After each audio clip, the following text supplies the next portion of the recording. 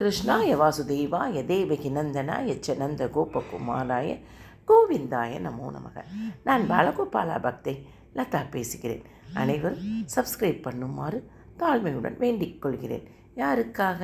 நம் கிருஷ்ணன் குட்டியினுடைய அருளை பெறுவதற்காக. நம்ம எப்போது எல்லாரும் என்ன நினைப்போம்? நமக்கு இன்பமாக நிறையா கிடைக்கணும், துன்பமே வேணான்னு தான் எல்லாரும் நாம் அனைவரும் நினைப்போம். ஆனால் இன்பமும் துன்பமும் இணைந்தது தான் வாழ்க்கை என்பதை பற்றி பார்ப்போமா? வாருங்கள், கடைசி வரை பாருங்கள். நம்மள நிறைய பெரும்பாலோர் என்ன செய்வோம்னா, நம்ம விரும்புவது எல்லாருமே இன்பத்தை மட்டும்தான். மகிழ்ச்சியாக இருக்கணும் அப்படின்னு தான் நம்ம நினச்சிக்கிட்டு நம்ம எல்லாருமே துன்பம் வரும்போது ஏண்டா துன்பம் வருது, அது துன்பம் வரும்போது நம்ம கடவுளை திட்டுவோம். இன்பம் வரும்போது நம்ம கடவுளை நினைப்பது கூட இல்லை.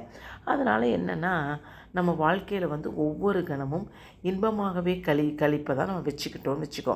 இன்பமாக நம்ம கழிச்சிட்டோம். இன்றைக்கி சந்தோஷமாக, நாளைக்கு சந்தோஷமாக இருப்போம்.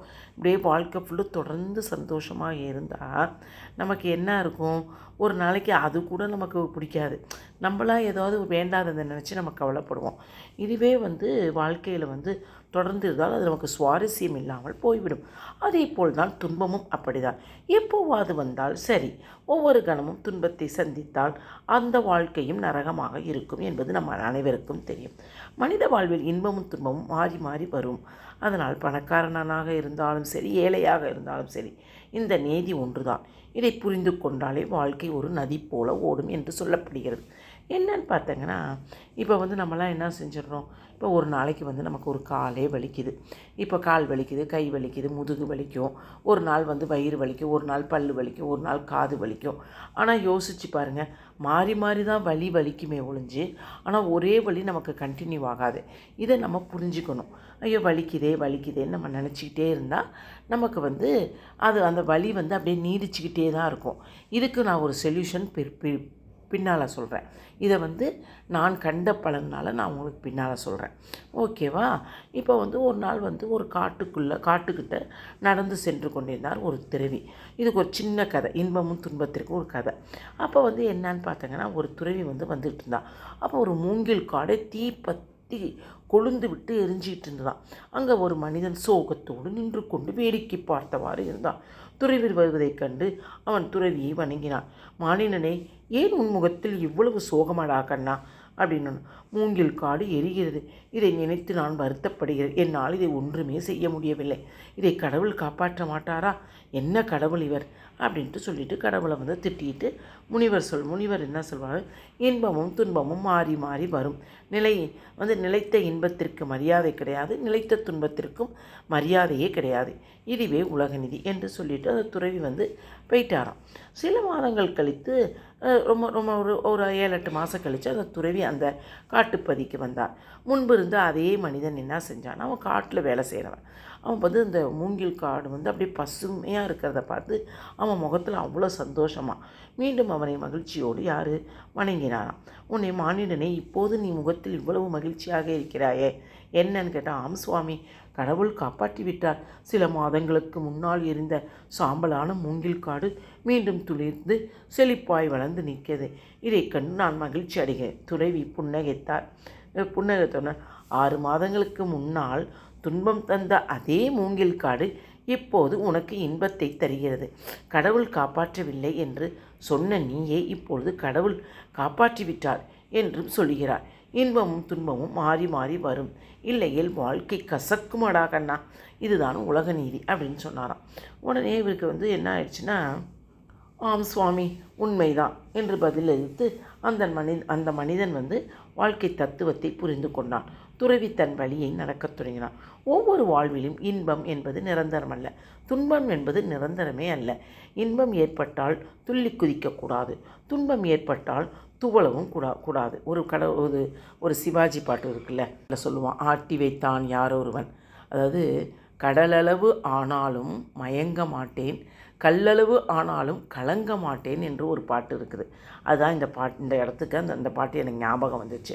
அதுபோல் நாம் துன்பம் ஏற்பட்டால் அதை பிறரிடம் சொல்லி புலம்பவும் கூடாது. துன்பத்திற்கான காரணம் என்ன என்பதை பற்றி சிந்தித்து அதை எப்படி சரி செய்வது என்று முயற்சி செய்ய வேண்டும். இந்த உலகத்தில் எல்லா பிரச்சனைக்கும் ஒரு தீர்வு இருக்கத்தான் செய்கிறது. ஆசையே துன்பத்திற்கு காரணம் என்றார் மகான் புத்தர். ஆசைப்படாமல் வாழ முடியுமா?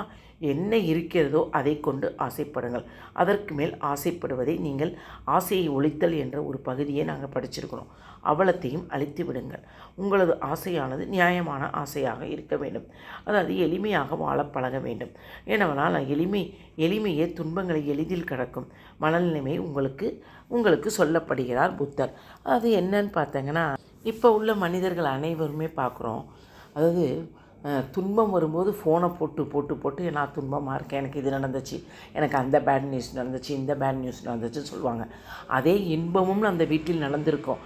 ஆனால் அதை ஒரு நிமிஷம் கூட யாருமே அதை ஷேர் பண்ணிக்கிறதே இல்லை. துன்பத்தை மட்டும் எல்லாத்துட்டையும் எல்லாம் ஷேர் பண்ணிக்கிறாங்க. அது எவ்வளோ பெரிய தப்புன்னு அவங்களுக்கு தெரியறதில்லை. ஏன்னா நாம் சொல்லுகிற ஒவ்வொரு வார்த்தைகளும் விண்ணை போய் சேர்ந்து திருப்பியும் அவங்களுக்குள்ளேயே தான் நமக்கு வருகிறது. நான் அந்த வாழ்க மூலமுள்ள இதெல்லாம் நான் படிச்சிருக்கிறேம்மா.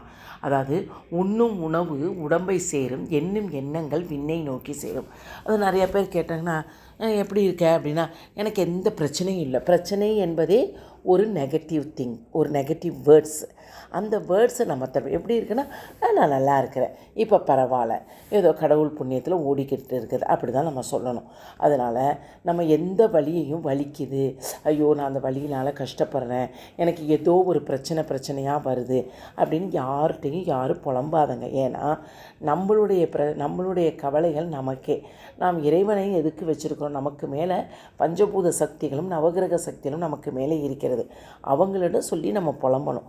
அதனால தான் நாம் காலையில் எழுந்திரிச்சோன்னே எங்கள் குடும்பமும் நாங்களும் ஆரோக்கியமாக இருக்கிறோம், வளமுடன் இருக்கிறோம், எங்களை சுற்றி நல்ல வைப்ரேஷன் இருக்கிறது, எங்கள் உறவுகள் அனைவரும் நல்லவர்கள், என்னிடம் அனைவரும் நன்றாகவும் அன்பாகவும் இருக்கிறார்கள், நானும் அவர்களுடன் அன்பாகவும் பணிவாகவும் இருக்கிறேன் அப்படின்னு நம்ம நம்மளை சுற்றி ஒரு கோல்கேட்டில் வரக்கூடிய ஒரு வளையம் போட்டுக்கிட்டோன்னு வச்சுக்கோங்களேன்.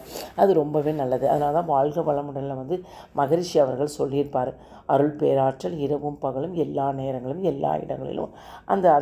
அது வேணால் உங்களுக்கு அடுத்த இதில் நான் அனுப்புகிறேன், ஷார்ட்ஸில் அனுப்புகிறேன். அந்த மாதிரி நீங்கள் கேட்டாங்கன்னா அனுப்புகிறேன். எல்லாத்துக்கும் மோஸ்ட்லி தெரியும். அதனால் அந்த மாதிரி ஒரு பாதுகாப்பு வளையத்தை காலையில் எழுந்திரிச்சு போட்டுக்கங்கன்னுவாங்க.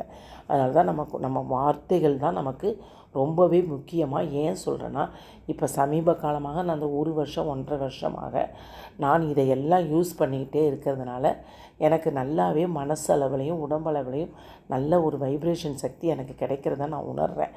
இப்போ என் பையன்கள்லாம் அப்படி தான், எங்கம்மா இது வலிக்குது, இது போனால் அது வலிக்குது அப்படின்னு சொல்லாதடாக்கன்னா, எது வலிச்சாலும் வலிக்குதுன்னு சொல்லாத, எல்லாம் நல்லா இருக்குது, சரியாக படும், எல்லாம் ஒரு காலகட்டங்கள் அப்படின்னு நான் சொல்லிக்கிட்டே இருப்போம்மா.